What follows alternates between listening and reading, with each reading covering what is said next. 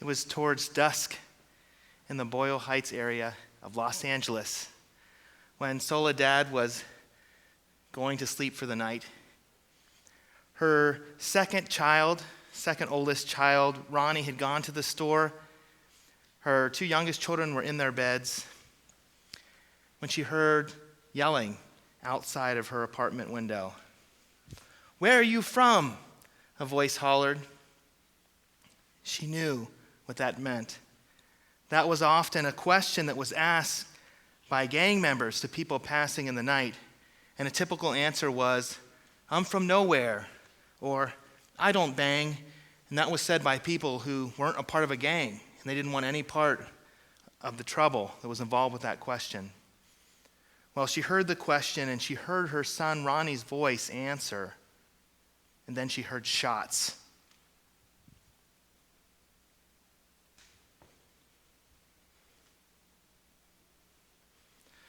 Soledad lost her second oldest son that night to gang violence.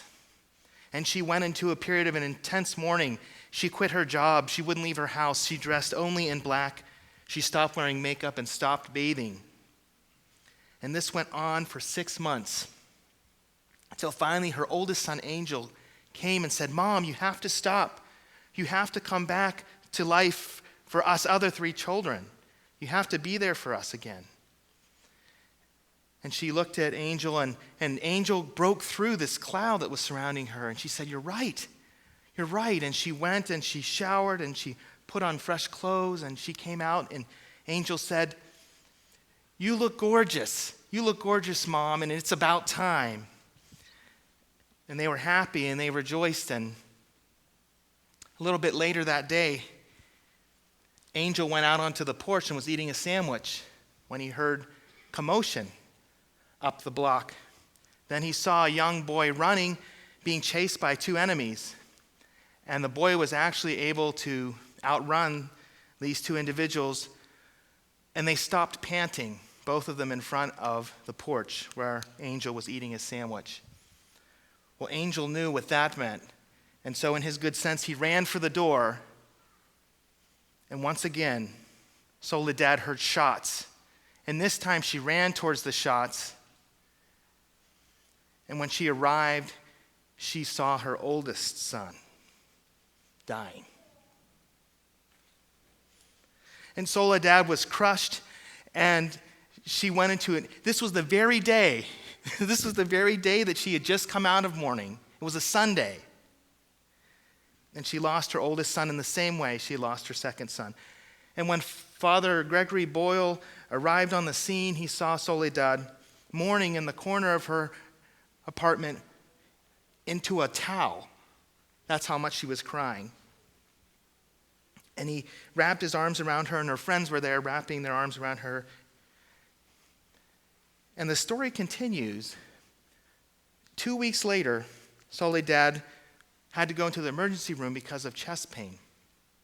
And as they were helping her, somebody was wheeled in beside her, and nurses were scurrying about, and they didn't even have time to pull the curtain because this patient was in such bad condition with multiple gunshot wounds. And as Soledad looked over, she recognized that this person was in the gang that killed both of her sons. And I would like to read for you what she said when she looked over and saw this person. "As I saw this kid, I just kept thinking of what my friends might say if they were here with me. They'd say, 'Pray that he dies.' But she just looked at this tiny kid struggling to sidestep the fate of her sons as the doctors worked and screamed, 'We're losing him! We're losing him!' And I began to cry as I have never cried before and started to pray harder than I've ever prayed before. Please don't let him die. I don't want his mom to go through what I have." And the kid lived. Soledad models for us what we need in our world so bad, a world that screams out for justice, a world where tragedies happen every day. Redemption, grace, forgiveness. And that is what we have prophesied in our scripture passage today in the person of Jesus. Soledad models for us in a very real way what Jesus set out to do when he came to this earth. I have here a picture of him healing the crippled man in the temple. And I love this picture because it illustrates for us the boundaries that are often put up between people in this world in which we live. You see, this cloth is put around the crippled man because people don't even want to look at him. They don't even want to see him there. And Jesus, being the type of person like we have in the character of Soledad today, he's not afraid to reach across and remove the boundary in compassion. And I want us to think about this picture today as we go through our passage in Jeremiah, and as we hear the words of promise in that passage of hope for our world, which is so broken, that there is somebody who models for us how there can be redemption and change and peace. So let's think about this picture today, and I'm going to come back to it towards the end of the message and ask you the question, what this teaches us about mission, because that's our year that we're in right now, a year of mission where we're thinking, how can we be like Christ and let God's healing and hope flow through us to the world? I'd like to change gears for a minute and look at our passage in Jeremiah with you and make connections to how it speaks to us about the coming of Christ, and then we'll end with a time of confession together. I'd just like to highlight for you a couple of other places in Jeremiah that are before our passage today, because our passage today stands in a long line of passages in Jeremiah where God promises to restore the people of Israel. And he gives these promises after he decrees that Israel is going to be punished.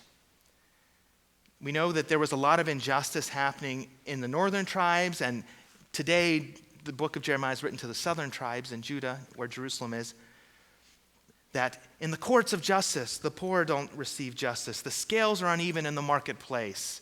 That the people are going to worship God, but they're not paying attention to their neighbors who have needs and who are suffering. And the Lord is upset, and he sees all kinds of idolatry as he looks around at his people, going and adopting the practices of the foreign nations around them. And so earlier in the book of Jeremiah, God says that the people will go into exile, just as the northern tribes did, into Babylon. But then, after he speaks this word of judgment through Jeremiah, he gives these promises that those things will not be the final word for the people, that there's always hope and restoration. So I want to show you these two promises today, which flow into our passage.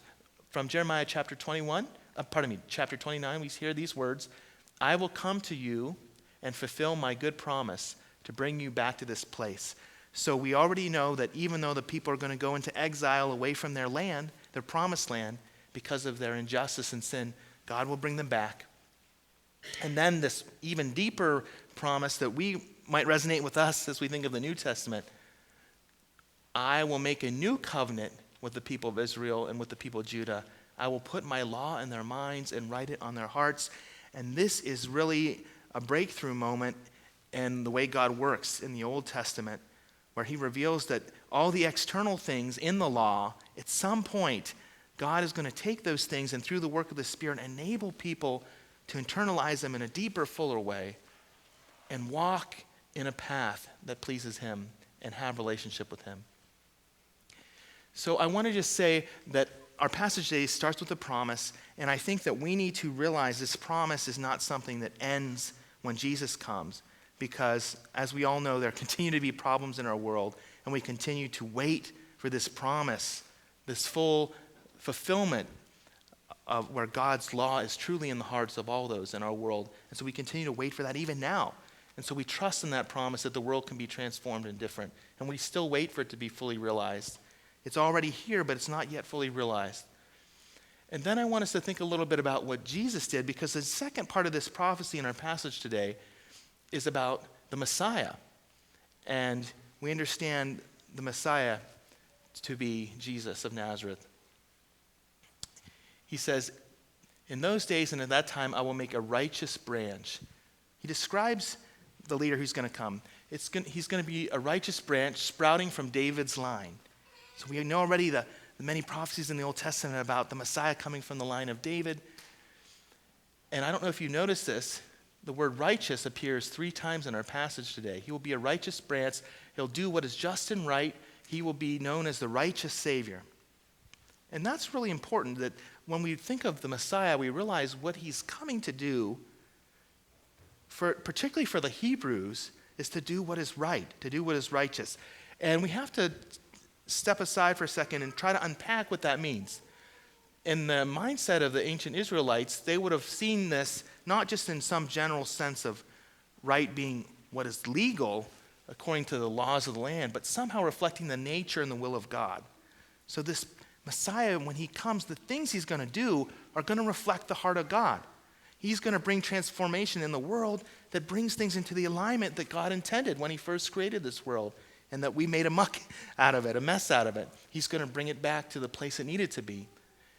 He's going to do what is right in that sense, reflecting the heart of God. And there's another aspect to this that we need to hear. In addition to doing what is right, he'll do what is just. And this is another specific term in the Hebrew mindset. And the word just has to do with authority. Somebody who has authority to right things that have happened that are wrong. They have authority to establish right relationships between people. And when these two words appear together, justice and righteousness in the Old Testament, it always is indicating this vision of the world that's in harmony under God's rule. So when the Messiah comes, he's going to bring justice and righteousness, and these two concepts tell us God is going to establish peace, shalom, harmony in the world. And that's what the Messiah is seeking to do, and that's the promise we have in our passage today. And we keep praying for that to come to fruition. We experience it individually, we experience that as a church, but we long for that to be spread out widely in our world. Moreover, as he establishes this harmony, it's going to be done through the work of salvation. It's interesting that if you look at the Hebrew word to save, yasha, it's the same root for the name Joshua, which is also the same root which is in the name Jesus. And Jesus is the one who comes, and in the Hebrew, it's the sense of a changing of a character of an individual, but it also involves change that has emotional and physical well-being. So when he comes to save not only us, but those in the world, it's not just a spiritual thing. It's holistic. It involves their emotions, their spiritual well-being, and also their physical well-being. So the salvation that he's bringing is truly wide and broad and magnificent. And so we need to continue to pray for that in our world that needs this. The saving deeds that he's done are built on his righteousness. The salvation which God accomplishes reveals his reign. So there's a connection between the character of the Messiah, that he acts justly, that he seeks after justice, and the saving work that he does. They're interrelated. And the way he brings harmony into the world is connected with how he works salvation. So before I connect that to us, I want us to look at the picture again and think of Jesus. He was working for that harmony in the world. In order to do that, he would cross boundaries. He would reach out to people who wouldn't normally be touched with the message of hope, who wouldn't normally have interactions with other people. He sacrificed himself. He forgave his enemies. He was like the mother in our story today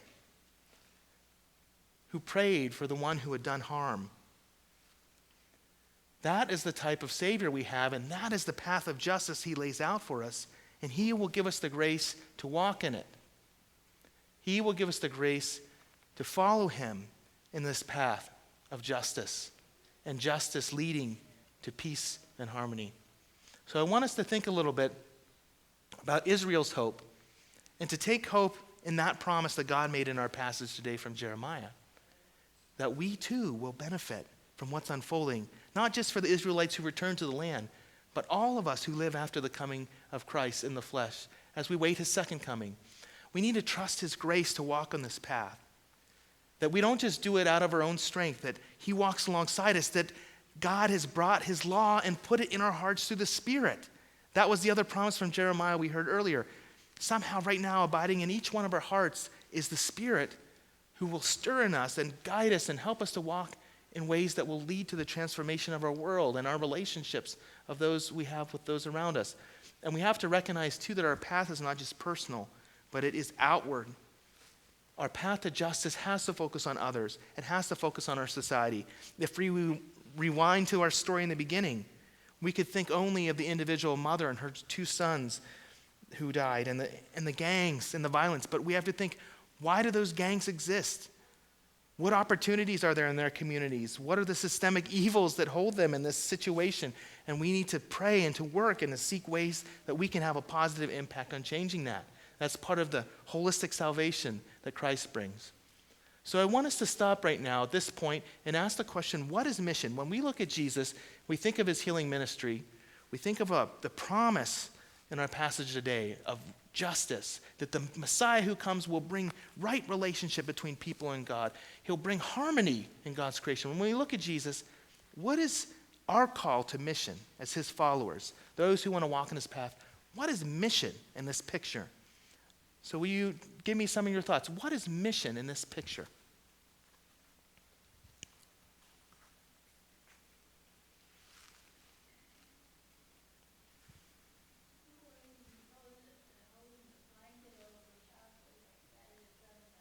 Holding the blanket?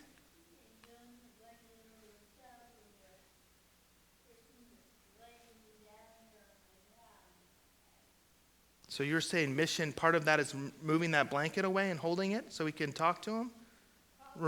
Removing that boundary, that barrier? Very good. Yeah? Anybody else? That's good, Janine. Thank you. What is mission?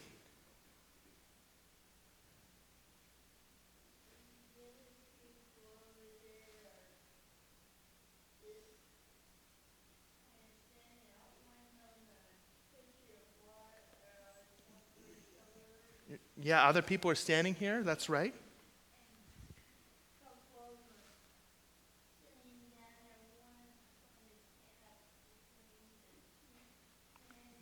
Yeah, they're all busy doing different things, aren't they? Yeah. Janet. He's breaking down walls between people. Absolutely. And we know, too, in other stories, Jesus often will introduce his followers, his disciples, to those that he's interacting with, and he tries to break down barriers and create relationship, and he tries to create relationship between people he's reaching out to and God. He's breaking down barriers, absolutely. Yes. He's not in a hurry.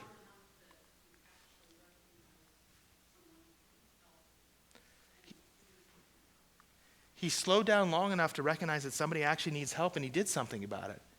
How often are we so in a hurry we don't even have time to see the needs of others around us?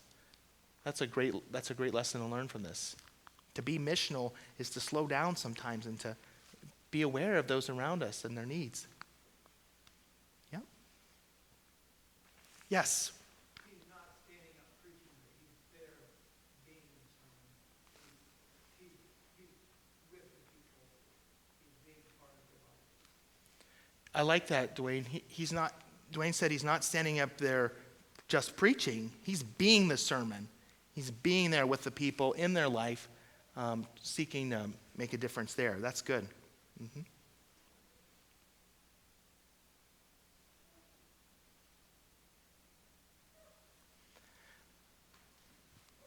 Any final thoughts before we transition?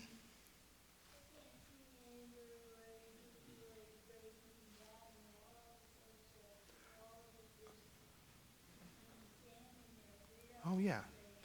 Yeah, Janine's asking about breaking down walls. And you don't see visible walls being broken down, but it's more an expression for saying what he's doing symbolically. You know, he's not breaking down literal walls, but he's crossing boundaries that people have set up. Because in the Jewish culture, people weren't really allowed to talk to or touch or interact with people with illnesses or leprosy. So they are often set off to the side. And by stepping forward and engaging this person, Jesus is breaking down that wall, so to speak.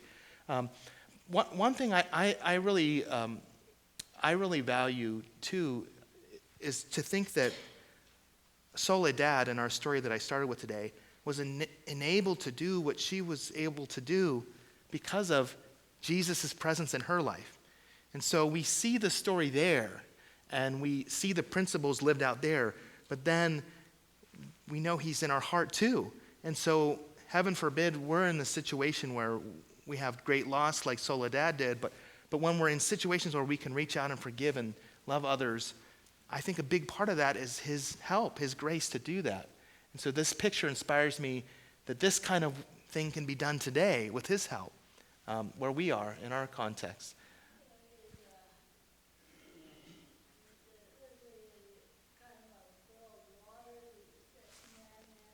Mm-hmm. Yeah.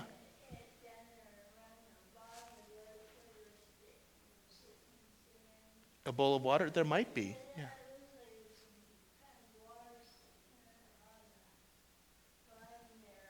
This here? Oh, I think this is the Pool of Siloam. I think this is where the people who had illnesses often tried to go and bathe because they believed that every so often an angel would stir the water and they would be healed. A number of them sought healing, and it's interesting, Jesus goes and actually gives that healing that this person had been seeking. So, yeah, it's a beautiful story. It's a beautiful...